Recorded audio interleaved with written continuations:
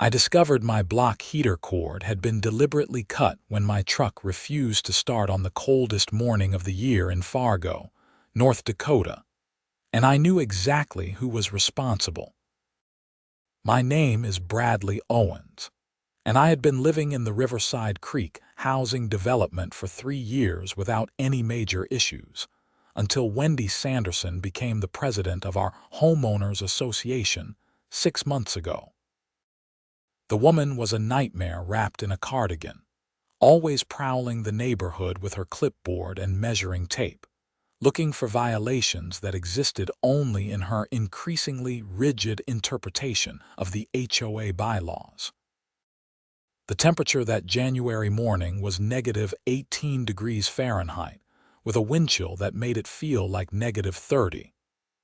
I had an important meeting in Grand Forks at 8 in the morning, a potential contract worth $50,000 for my construction business. I woke up at 5:30, took a quick shower, got dressed in my best suit, and headed out to my 2019 Ford F-250 diesel truck at 6:15, giving myself plenty of time for the hour-long drive. The truck was my livelihood.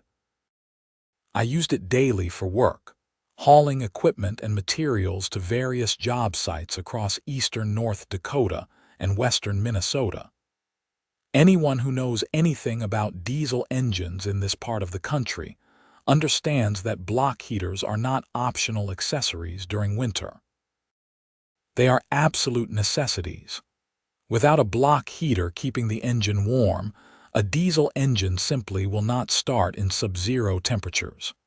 The fuel gels, the oil becomes too thick, and the batteries cannot provide enough power to turn over the cold engine.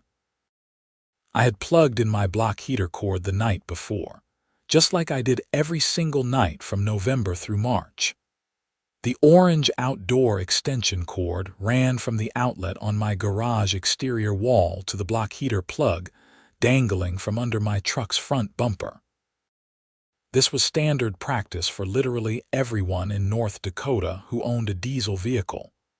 When I turned the key that morning, nothing happened. The engine did not even attempt to turn over.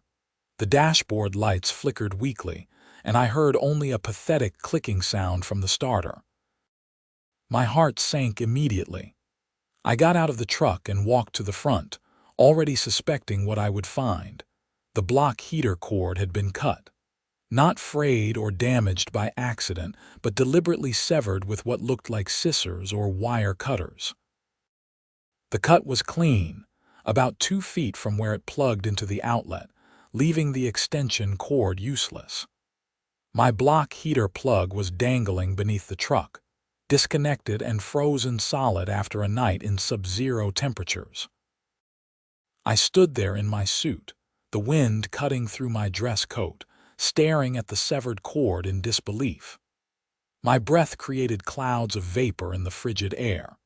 I picked up both ends of the cut cord and held them up, examining them in the early morning darkness under my driveway light.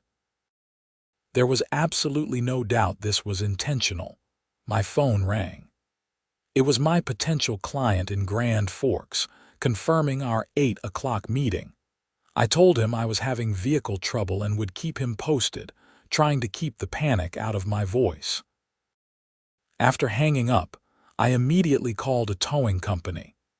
The dispatcher told me they were backed up with calls due to the extreme cold and could not get to me for at least 3 hours. I called 2 more towing companies and got similar answers. I went back inside my house, frustrated and angry, and started making calls to reschedule my meeting. The client was understanding, but mentioned that 2 other contractors were also bidding on the project, and he really needed to make a decision this week. I could hear in his voice that my inability to show up on time was already counting against me. While I was on the phone, I looked out my front window and saw Wendy Sanderson walking down the street with her ridiculous clipboard, wearing a puffy purple coat and a smug expression. She slowed down as she passed my house, glanced at my truck in the driveway, and then continued on her morning patrol. That was when I knew for certain she had cut my cord. 2 weeks earlier, Wendy had left a violation notice on my door claiming that my block heater cord was an unsightly extension cord visible from the street and violated the HOA aesthetic standards.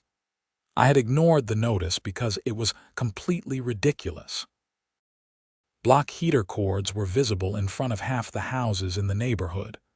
Every diesel truck, every car in extreme cold needed to be plugged in. It was survival in North Dakota, not an aesthetic choice. When I ignored her first notice, she had left a second one, threatening me with a $50 daily fine if I did not remedy the violation immediately. I had finally responded by email, pointing out that block heaters were a necessity, that dozens of other residents used them, and that the HOA bylaws said nothing about temporary extension cords used for vehicle maintenance. I had copied several other board members on the email. Wendy had replied with a condescending message about how standards must be maintained and how I needed to find alternative solutions that do not compromise the neighborhood's appearance. She suggested I park in my garage, which was absurd because my garage was full of work equipment and tools. She also suggested I buy a vehicle more appropriate for the climate, which made no sense whatsoever since diesel trucks were the standard work vehicles in this region. I had not responded to her second email, figuring she would eventually move on to harassing someone else. Apparently, she had decided to take matters into her own hands instead. The tow truck finally arrived at 10:30 in the morning. The driver, a stocky guy in his 50s named Mike, shook his head when I showed him the cut cord. "Let me guess," he said. "HOA, how did you know?" "Third call this week with cut cords, all in HOA neighborhoods. These associations are out of control." He hooked up my truck and loaded it onto his flatbed. "Where are we taking it?" "Diesel Specialists on 13th Avenue South," I said. "Anderson's Truck Repair." Mike nodded. "Good choice. They know what they are doing." The tow cost me $200. At Anderson's Truck Repair, the service manager, a guy named Tony, examined my truck and gave me the bad news. Because the block heater had not been plugged in all night in negative 18-degree weather, and because I had attempted to start the engine, I had potentially caused damage to the engine components. The fuel had gelled in the lines. The batteries were toast from the strain of trying to start the cold engine. They would need to warm up the truck slowly in their heated bay, replace the batteries, flush the fuel system, and run diagnostics to check for any damage to the starter, alternator, and engine internals. "You are looking at minimum $1,200, Tony said. "Maybe more if we find damage to the starter or if the engine has any issues. We will need to keep it for at least 2 days, maybe 3. I felt sick. All because someone cut my block heater cord. Tony shook his head sympathetically. "People do not understand. You do not mess with someone's vehicle in this climate. This is not just vandalism. This is dangerous. What if you had been stranded on a highway somewhere instead of in your driveway?" He was right. If my truck had died on a rural highway in this weather, I could have frozen to death waiting for help. Cutting someone's block heater cord in North Dakota winter was not a prank. It was genuinely life-threatening. I took a taxi home, another $40. Once inside, I sat down at my kitchen table and started documenting everything. I took photos of the cut cord from multiple angles, showing the clean cut. I wrote down a detailed timeline of events. I forwarded myself all the emails from Wendy about the violation. I got a copy of the towing receipt and the repair estimate from Anderson's. Then I called the police non-emergency number. The officer who answered listened to my story and took down the information, but I could tell from his tone that he did not think this was a priority. "So you did not actually see her cut the cord?" "No, but she is the only person who had a motive. She threatened me about the cord multiple times. Threatening to fine you is not the same as threatening to cut your cord, the officer said. Without witnesses or evidence directly connecting her to the vandalism, there is not much we can do. You can file a report for property damage, and you should probably contact your insurance company. I filed the police report, getting a case number for reference. Then I called my insurance company. They told me that vandalism was covered under my comprehensive coverage, but I had a $1,000 deductible, which meant I would still be paying most of the repair costs out of pocket. Plus, filing a claim would likely raise my rates. I decided not to file an insurance claim. Instead, I was going to bill Wendy directly. I spent the rest of that day researching North Dakota property law and HOA regulations. I discovered that HOAs in North Dakota had limited powers and were subject to state property laws like any other entity. An HOA could not simply destroy someone's property because they claimed it violated their aesthetic standards. They had to follow proper legal procedures, which included formal hearings, appeals processes, and eventually civil court if necessary. An HOA president could not just go around cutting cords like a vigilante. I also learned that intentional destruction of property over $100 in value could be charged as a misdemeanor in North Dakota, punishable by up to a year in jail, and fines up to $3,000. My total damages were already approaching $2,000, and that did not include the lost business opportunity from missing my meeting. That evening, I drafted a formal letter to Wendy Sanderson and the HOA board. I detailed exactly what had happened, included copies of all the violation notices she had sent me, referenced the police report number, and attached the repair estimates and receipts. I concluded by demanding full reimbursement of all costs within 30 days and a formal apology. I also demanded that the HOA immediately cease any and all claims that block heater cords violated any association rules.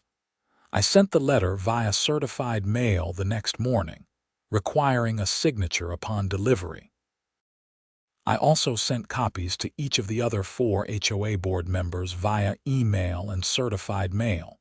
2 days later, my truck was ready. The final bill was $1,350. The batteries had been destroyed. The fuel system had required extensive work to clear the gel diesel. Fortunately, there was no permanent engine damage, but Tony warned me that attempting to start a diesel engine that cold could have easily caused thousands more in damage. "You got lucky," he said as I paid the bill. "I have seen cold starts crack engine blocks." I drove home carefully, my truck running smoothly but my wallet considerably lighter. That afternoon, I received a response from the HOA. It was not from Wendy directly but from the HOA's attorney, a lawyer named Richard Morrison from a firm in Fargo. The letter was bureaucratic nonsense. It claimed that the HOA had no knowledge of who cut my cord, that I had no proof the HOA was involved, and that my accusations against Mrs. Sanderson were baseless and potentially defamatory. The letter stated that my block heater cord did indeed violate the community's aesthetic standards, as outlined in Section 7.3 of the bylaws regarding temporary structures and equipment visible from public streets. The letter concluded by rejecting my demand for payment and warning me that continued harassment of Mrs. Sanderson could result in legal action against me. I read the letter 3 times, my anger building with each reading. They were going to stonewall me. They thought I would just give up and eat the costs. They were wrong. I called a lawyer that afternoon. His name was Benjamin Ortega, and he had been recommended by Tony at the truck repair shop. Tony said Benjamin had successfully sued an HOA 2 years ago on behalf of a homeowner who had been wrongfully fined. Benjamin agreed to meet with me the next day. Benjamin's office was in downtown Fargo, in a renovated building near the Red River. He was in his early 40s, with dark hair going gray at the temples and a calm, competent demeanor. I laid out the entire situation for him, showing him all my documentation. He reviewed everything carefully, occasionally making notes on a legal pad. When he finished, he leaned back in his chair and nodded. "You have a strong case," he said. "Not a guaranteed win, but strong. Here is what I see. First, the HOA's claim about the aesthetic violation is legally dubious. Block heaters are a necessary safety device in North Dakota winters. Courts have consistently ruled that HOAs cannot enforce restrictions that create safety hazards or that conflict with basic habitability requirements. Banning block heater cords in North Dakota winter is like banning smoke detectors. No court would support it." "What about proving that Wendy cut the cord?" "That is trickier," Benjamin admitted. "We do not have direct evidence. However, we have a clear pattern of behavior. She repeatedly threatened you about the cord. She sent you violation notices specifically about that cord. Then the cord was deliberately cut immediately after you refused to comply with her demands. That establishes motive and opportunity. We also have the police report. In a civil case, we only need to prove our case by a preponderance of the evidence, meaning more likely than not. I think we can get there. So what do we do? First, I send them a demand letter from me as your attorney. Sometimes that is enough to get HOAs to settle. They will have to pay their attorney to defend them, and those costs add up quickly. If they are smart, they will settle. If not, we file a lawsuit in district court for property damage, and we also file a complaint with the state attorney general's office. North Dakota has specific statutes governing HOA conduct, and if they are misinterpreting their bylaws to harass residents, the AG's office will be interested.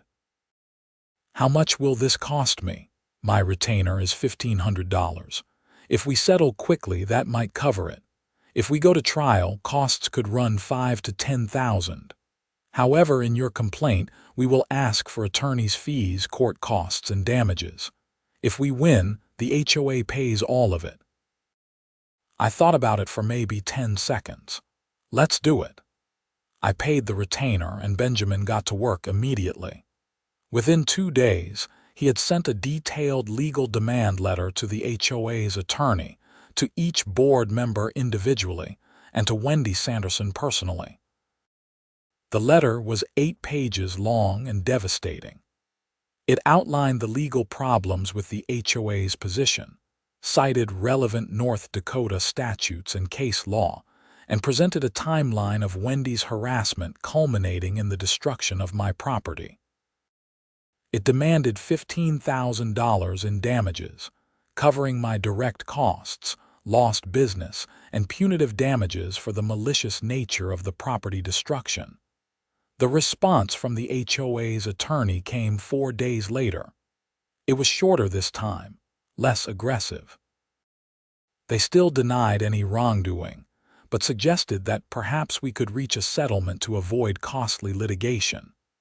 They offered to reimburse me for the repair costs only, $1,350, in exchange for a full release of all claims. Benjamin called me to discuss the offer. It is an admission of guilt disguised as a compromise. They know they are in trouble. I want more than just the repair costs, I said. I want the towing, the lost business opportunity, and I want an acknowledgement that block heater cords are allowed. Let me counter. I will ask for $5,000 in damages plus a formal policy change regarding block heaters. He sent the counter-offer. Another week passed. During that time, I kept careful watch on my property. I installed a security camera pointing at my driveway, something I should have done earlier. I also noticed that several of my neighbors had received violation notices for various petty issues. Wendy was on a rampage. One evening, I was taking out my trash when my neighbor, a guy named Marcus who lived 2 houses down, walked over to talk to me. "Hey, Bradley, I heard about what happened with your truck," he said. "Wendy and her power trip. News travels fast. This whole neighborhood is talking about it. She has been hitting everyone with violations lately." I got cited because my trash cans were visible from the street for more than 2 hours after pickup. 2 hours. I work until 5. How am I supposed to get home before then? She is out of control. "A bunch of us are thinking about trying to vote her out at the annual meeting in March," Marcus said. "But we need a majority of homeowners to show up, and usually, only about 20% attend these meetings. Wendy and her friends always show up, so they control everything." "When is the meeting?" "March 15th. You should come. We need people who will stand up to her." I told him I would definitely be there. A week after Benjamin sent our counteroffer, the HOA's attorney called him directly. I was not on the call, but Benjamin phoned me immediately afterward to relay the conversation. "They are getting nervous," Benjamin said. "Their attorney told me that the HOA board has been meeting about this, and there is internal conflict." Apparently, not all the board members supported Wendy's aggressive enforcement tactics. Some of them are worried about personal liability if this goes to trial. Good. They should be worried. Here is their new offer. They will pay you $4,000 in damages, which covers all your costs plus compensation for your trouble. They will also issue a formal clarification that block heater cords are permitted from November through March. However, they still will not admit fault.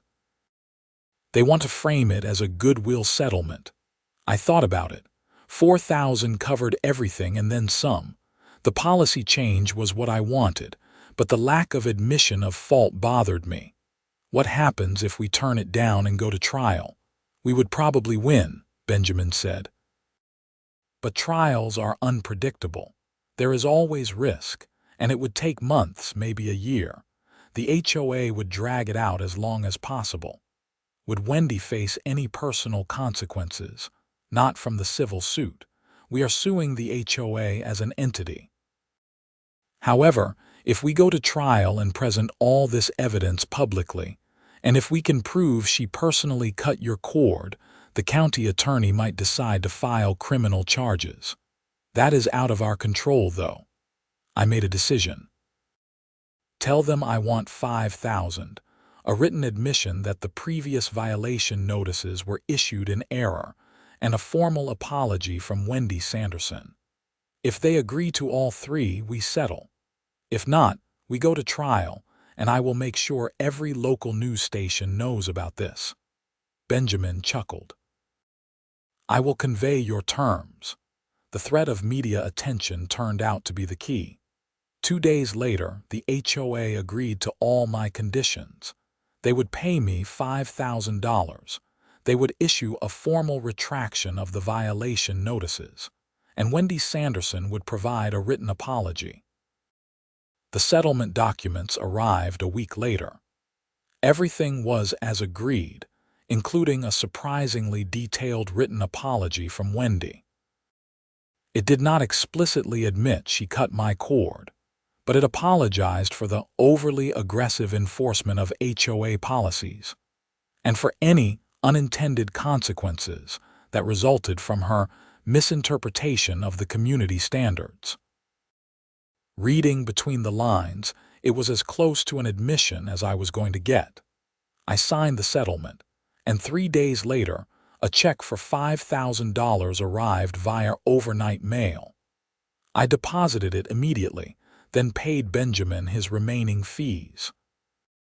After all expenses, I came out about $2,000 ahead, which felt like a moral victory as much as a financial one. But the story did not end there.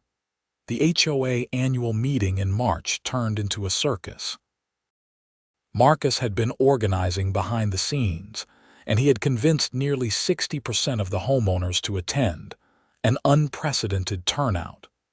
The meeting was held in the community center, and the room was packed. I arrived early and took a seat near the front. Wendy sat at a table facing the audience, along with the other 4 board members. She looked tense, her jaw set, clearly aware that something was brewing. The meeting began with standard business, approval of minutes, financial reports, and committee updates.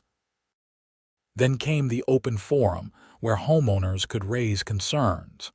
Marcus stood up first. "I would like to discuss the HOA's recent enforcement practices," he said. "Over the past 6 months, violation notices have increased by over 300%. Homeowners are being cited for minor, subjective issues. People are being fined for things like having trash cans visible for a few hours, parking work vehicles in their driveways overnight, and using temporary extension cords for necessary vehicle maintenance in winter. This aggressive enforcement is creating a hostile environment and is not what we signed up for when we bought homes in this community." The room erupted in applause and murmurs of agreement. Several other homeowners stood up and shared their own stories of receiving petty violation notices.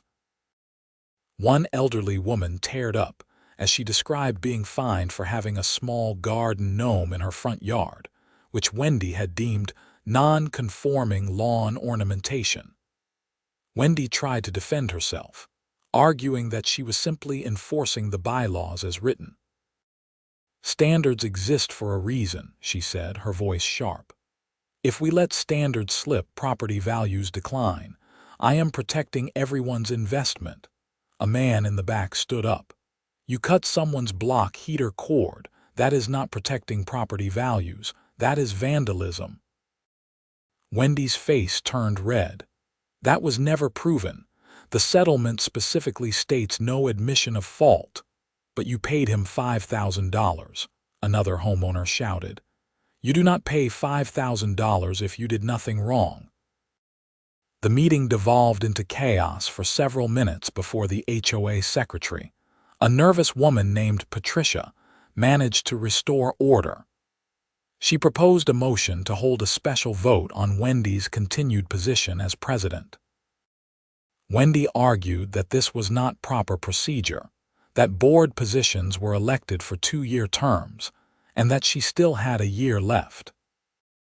Patricia countered by reading from the HOA bylaws, which allowed for removal of board members by a 2/3 vote of homeowners in cases of misconduct or failure to perform duties properly. The vote was called. Out of 72 homeowners present, 56 voted to remove Wendy from the board immediately. It was not even close. Wendy stood up, grabbed her papers, and stormed out of the meeting without another word. The room burst into applause. The board held a quick election to replace her. Marcus was nominated and elected as the new president. His first act was to propose a complete review of all violation notices issued in the past 6 months, with an aim toward rescinding unjustified fines. That motion passed unanimously. After the meeting, several homeowners came up to me to thank me for standing up to Wendy. "If you had not fought back, she would still be terrorizing everyone," one woman said. "I felt vindicated but also exhausted. The whole ordeal had consumed 3 months of my life. I was glad it was over." Except it was not quite over. 2 weeks after the HOA meeting, I was working at a job site in Moorhead, Minnesota, when I received a call from Detective Sarah Chen of the Fargo Police Department. She asked if I could come to the station to discuss my vandalism report from January. I drove to the police station that afternoon, curious but wary. Detective Chen was a sharp-eyed woman in her 30s who led me to a small interview room. She had a file folder in front of her. "Mr. Owens, I have been reviewing your case," she said.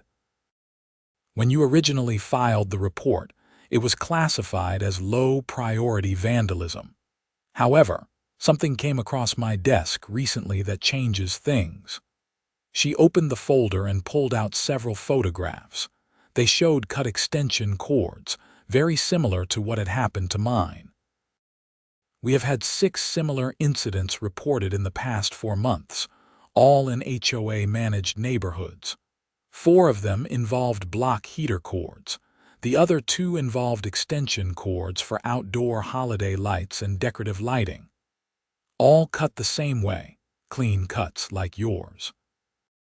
All the victims had received HOA violation notices about extension cords being visible. And here is the interesting part. In 5 of the 6 cases, including yours, the HOA president was Wendy Sanderson. The 6th case was in a different HOA, but we contacted their president, and she told us that Wendy Sanderson had been at a regional HOA conference where she gave a presentation about enforcement strategies. I felt a chill. So she has been doing this to multiple people. That is what we are investigating. We obtained her phone records with a warrant and found text messages where she discussed cutting cords with another HOA president.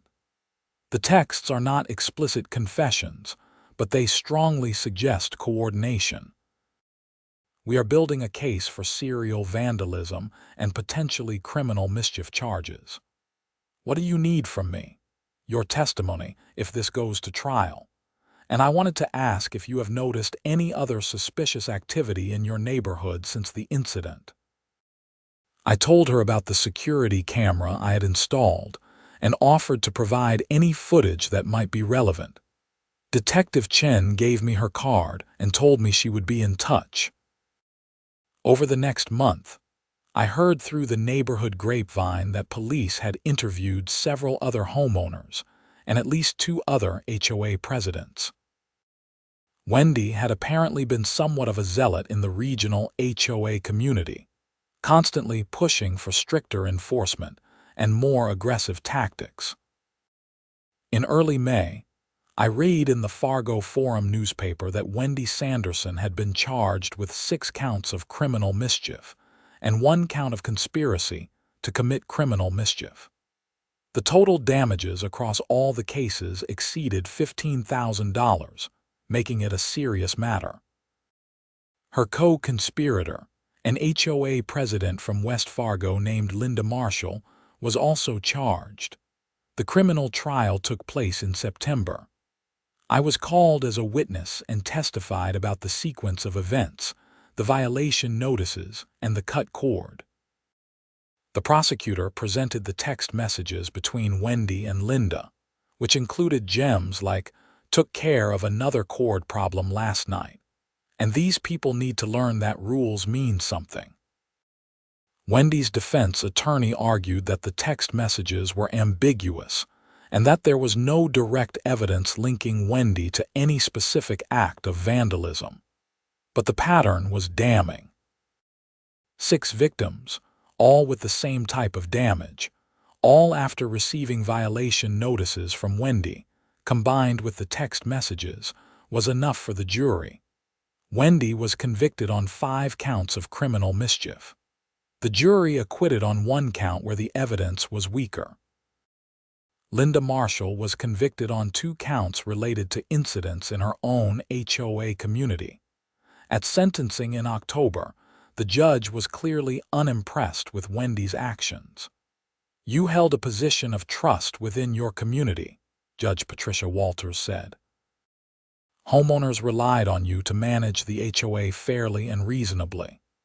Instead, you took it upon yourself to destroy their property because you disagreed with how they were living their lives. This is not leadership. This is petty tyranny." Wendy was sentenced to 90 days in jail, 2 years of probation, restitution to all victims, and 300 hours of community service. Linda Marshall received 60 days in jail and similar probation terms. As I sat in the courtroom watching Wendy being led away in handcuffs, I felt a complex mix of emotions. Part of me felt satisfaction that justice had been served. Part of me felt sad that things had escalated this far. Mostly, I felt relieved that it was finally, truly over. The HOA under Marcus's leadership became much more reasonable. The bylaws were amended to explicitly allow block heaters, holiday decorations within reasonable limits, and work vehicles in driveways overnight. Violation notices dropped by 90%, issued only for genuinely problematic situations like overgrown lawns or actual safety hazards. I reconnected with the client in Grand Forks, and although I did not get that original contract, he referred me to 2 other projects that more than made up for it. My construction business continued to thrive. I kept the security camera on my driveway, though it has never captured anything more dramatic than the occasional stray cat. Every winter, I plug in my block heater without worry. The orange cord stretches across my driveway, as utilitarian and unglamorous as ever, and nobody complains. Sometimes I see the new HOA board members around the neighborhood. Marcus always waves. Patricia, who is now vice president, stops to chat occasionally. They are normal people trying to maintain a nice community without turning into petty dictators. I learned several lessons from the whole experience. First, document everything. Those emails and photos were crucial to my case.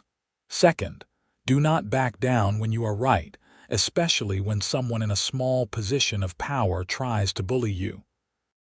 Third, most people are reasonable if you give them a chance, but some people should never be given authority over others. The whole ordeal cost me time, stress, and money upfront, but I got justice in the end. More importantly, by standing up to Wendy, I helped dozens of other homeowners who were being similarly harassed. The neighborhood is genuinely a better place now. On cold winter mornings, when I go out to unplug my block heater before driving to work, I sometimes think about that moment when I discovered the cut cord. I remember the anger and frustration, the feeling of powerlessness when the tow truck was delayed and my client was waiting. But I also remember the satisfaction of fighting back, of refusing to be pushed around, and of ultimately winning. My truck starts perfectly every morning now. The engine purrs to life, warmed by the block heater that has been dutifully plugged in all night. I drive to my job sites with the heat blasting, country music on the radio, and the knowledge that sometimes standing up for yourself, even in something as mundane as an HOA dispute, can make a real difference. The $5,000 settlement paid for the security camera, reimbursed all my costs, and left enough over for a weekend trip to Minneapolis with my girlfriend that spring. We stayed in a nice hotel, ate at good restaurants, and enjoyed the city. I told her the whole story over dinner one night. "You really took on the HOA and won," she said, impressed. "It was not about winning," I replied, though that was not entirely true. "It was about principle. About not letting someone destroy my property just because they had a title and a clipboard," she smiled. "Still, most people would have just paid the repair bill and moved on. Maybe that was true. Maybe I was more stubborn than most. But I think a lot of people, when pushed far enough, would have done the same thing. Wendy Sanderson picked the wrong person to bully. She thought she could get away with cutting my cord because she was the HOA president and I was just a homeowner. She thought her position gave her power without accountability. She was wrong. The criminal restitution paid me back another $3,000, which I had not expected.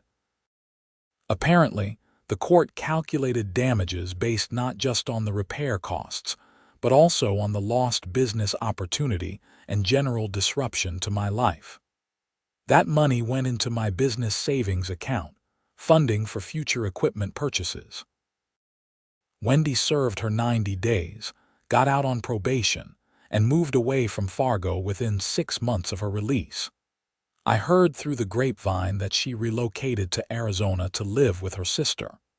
I hoped she learned something from the experience, but I honestly did not care much either way. She was gone, and that was enough. Linda Marshall also moved away after completing her sentence, leaving her own HOA in turmoil. Both women became cautionary tales in the local HOA community. Regional HOA meetings now include sessions on appropriate enforcement practices and the legal limits of HOA authority. I was invited to speak at one such meeting to share my experience from the homeowner's perspective. I declined, having no desire to relive the whole mess in front of an audience. The house itself has appreciated nicely in value, ironically because the neighborhood became a more desirable place to live once Wendy was gone. Word spread that Riverside Creek HOA was now reasonable and homeowner-friendly, which attracted buyers who had been burned by overly strict HOAs elsewhere. My construction business landed a major contract in the fall to build a new community center in Mapleton, North Dakota. The project kept me busy through autumn and into winter. I hired 2 additional workers to help with the increased workload. Life was good. One December evening, about a year after the whole ordeal began, I was having dinner at a restaurant in downtown Fargo when I ran into Detective Chen. She was there with her family, celebrating her daughter's birthday. She recognized me and came over to say hello. "Mr. Owens, good to see you," she said. "I wanted to thank you again for your cooperation with the case. Your testimony was crucial. Happy to help. Justice needed to be served. It really did, and I will tell you something interesting." After the trial, we got calls from 3 other police departments across Minnesota and North Dakota. Apparently, similar cases had been reported in their jurisdictions, but had never been seriously investigated. Your case broke it open. We are now cooperating on a regional database to track these kinds of patterns. I felt a surge of satisfaction hearing that. What happened to me had led to broader positive change. That is excellent news. Enjoy your evening, Detective Chen said, returning to her family. As I finished my meal, I reflected on the full journey. It had started with such a simple, infuriating act, someone cutting a cord. But that single act of petty vandalism had cascaded into a civil lawsuit, a criminal prosecution, HOA reforms, and now apparently regional law enforcement cooperation. Small actions create ripples. I drove home that night on roads slick with fresh snow, my truck handling the conditions perfectly, the engine warm and reliable. I pulled into my driveway, turned off the ignition, and sat for a moment in the quiet warmth of the cab. Then I got out, grabbed my orange extension cord from the garage, and plugged in my block heater for the night. The plug clicked into place with a satisfying snap. I gave the cord a gentle tug to make sure it was secure, then headed inside. The next morning would be -12 degrees. My truck would start perfectly. I would drive to my job site, work a full day, and come home without drama or conflict. It was such a simple thing, really. But sometimes the simple things matter most.